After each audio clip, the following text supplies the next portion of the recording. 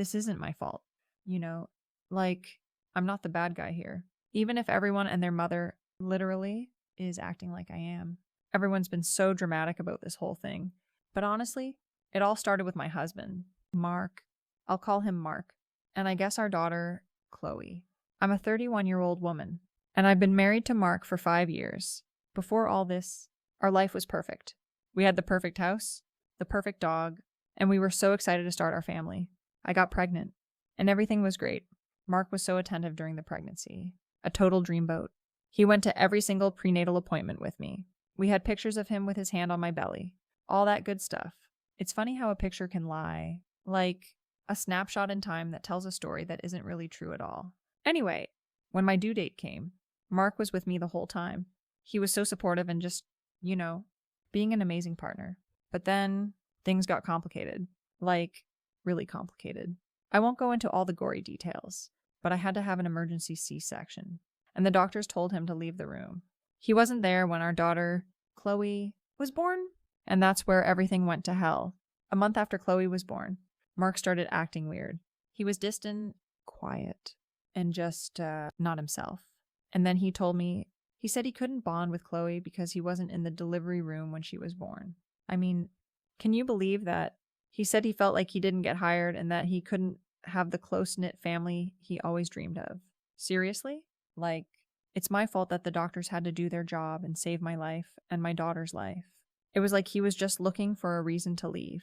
It felt like he was just a ghost in the house. I tried to talk to him about it, but he just shut down. He said he knew it wouldn't work and that we needed to get a divorce. I was completely blindsided.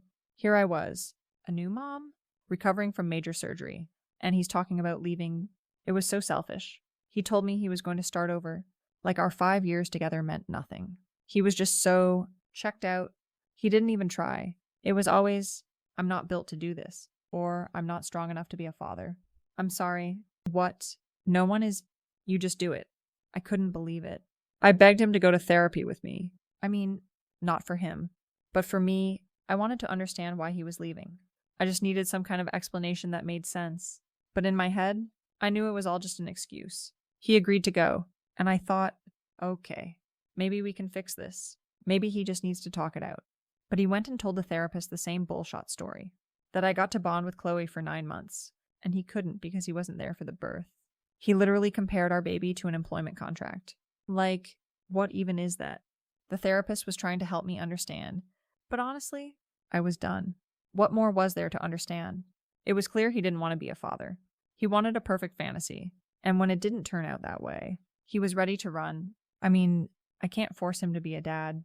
He said he wanted a clean break before Chloe got too attached. Like, what a joke. The only person getting hurt here is Chloe. And me, obviously. So I packed up our things and moved back in with my parents. It was so hard, but I knew it was the right thing to do. I mean, what kind of dad would he be if he didn't even want to be one? The divorce was a mess. His lawyer was ridiculous. They tried to claim that because he wasn't there for the birth. It somehow damaged the bond. Like, what? It's the most ridiculous thing I've ever heard. He even offered to pay $50 a month in child support, which is a joke. I mean, I have a job, but $50? It just goes to show how much he really cares. He didn't contest anything. He just looked the judge in the face and said the same thing again. I didn't see her birth, so I can't bond. The judge was not impressed. Let me tell you, the judge even tried to push him to get therapy, but he just stood there and said he wanted to start over. It was pathetic. I've never seen someone so eager to run away from their own child. It's been a year now. Chloe just turned 1. Her first word was not. I can't even make that up. She's doing great, though. She's happy, and I'm happy. I'm focusing on me and Chloe. Mark hasn't used any of his visitation time. I mean, it's not like I expected him to, but it just goes to show, doesn't it? He's still only paying $50 a month. 2, my lawyer is handling it, but it's just so frustrating. I've tried to move on. I'm in therapy and I'm doing well. I think I'm focusing on my career, and I know Chloe and I will be okay, but I have to admit, it's not always easy. I still get angry sometimes. I mean, how could he just walk away? It would have been so much easier if he had just cheated. At least then, I would have had a reason to hate him. But it's just stupid. Sometimes I try to imagine what his new life is like. I mean, he's single and not even dating. So I guess he hasn't found his perfect family yet. It's almost sad, but not really, because he did this to himself. He gave up on his daughter for some ridiculous fantasy. I'm just so glad I didn't turn into him, that I'm not the kind of person who just gives up when things get hard. And that's why this whole thing is so messed up, because I'm here doing the work, being the best mom I can be, and he's nothing. He's just a man with a stupid dream and no daughter. The judge was right. He's going to regret this. But I'm doing the right thing. I'm strong and resilient, and I'm not going to let this ruin my life. I'm not a villain. I'm a survivor. Look, I'm not saying I'm perfect. Okay. I'm just saying that what happened was not my fault. It's August 14th, 2025. And I'm just trying to live my life. But I guess when you're the main character in your own story, everyone else just gets to be a side character. It's so exhausting. My husband, Mark, I'll call him Mark. He was the one who decided he couldn't be a father. I'm just the one who had to deal with the fallout. I'm a 31-year-old woman, and Mark and I had been married for 5 years when all this started. We were a cute couple, like the kind of couple people would look at and go, oh, they're so in love.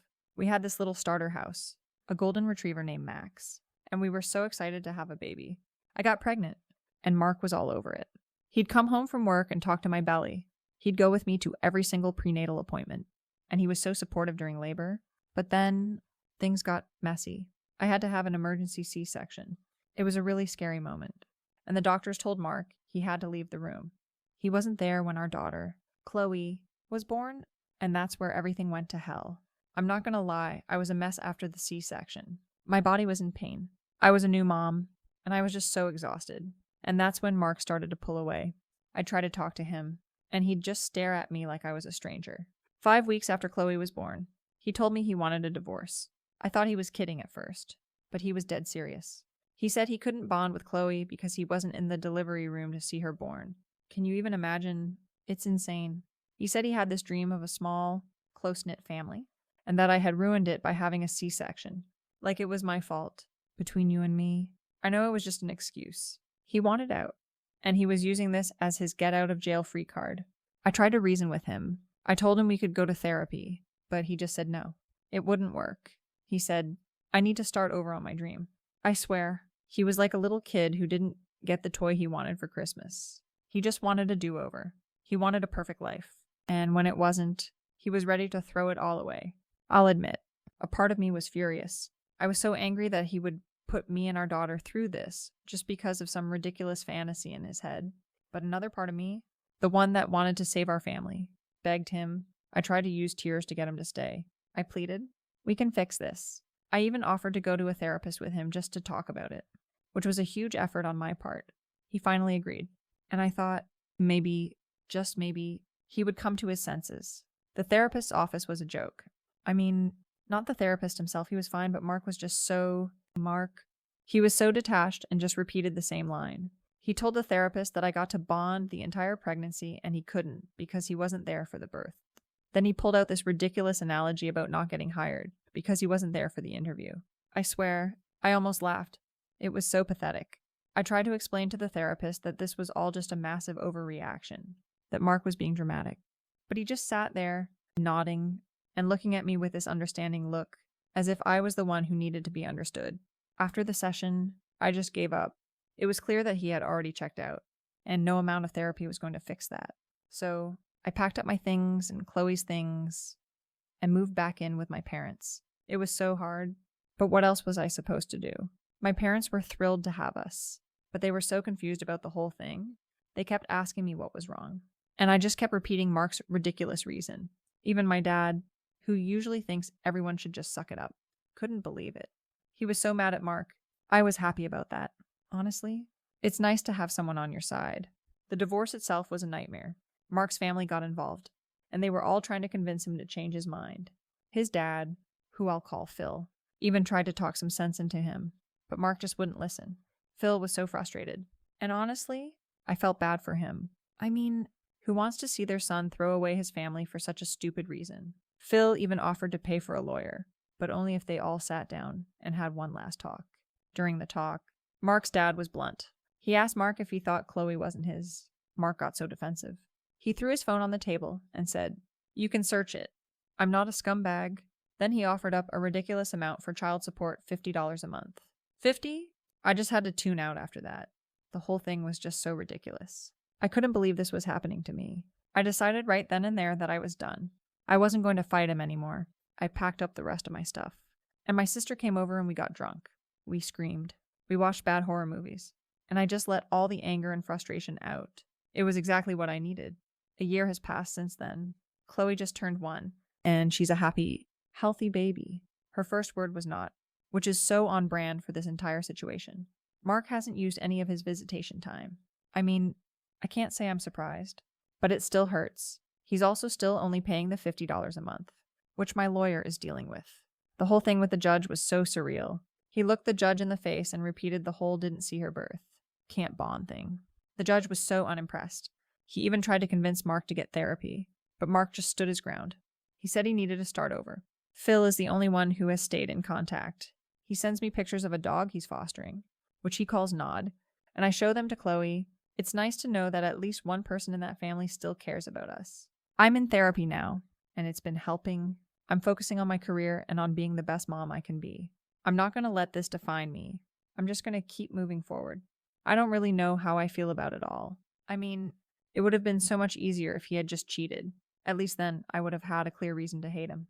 But all the evidence points to him genuinely thinking he had to do this. He was willing to throw away his family for a ridiculous fantasy. And I have to live with that. But you know what? He's the one who's losing out, not me. He's single and not even dating. So I guess he hasn't found his perfect family yet. He gave up on his daughter for some ridiculous dream, and he's going to regret that. And I'll be here, living my best life, with my beautiful, amazing daughter, proving him wrong every single day.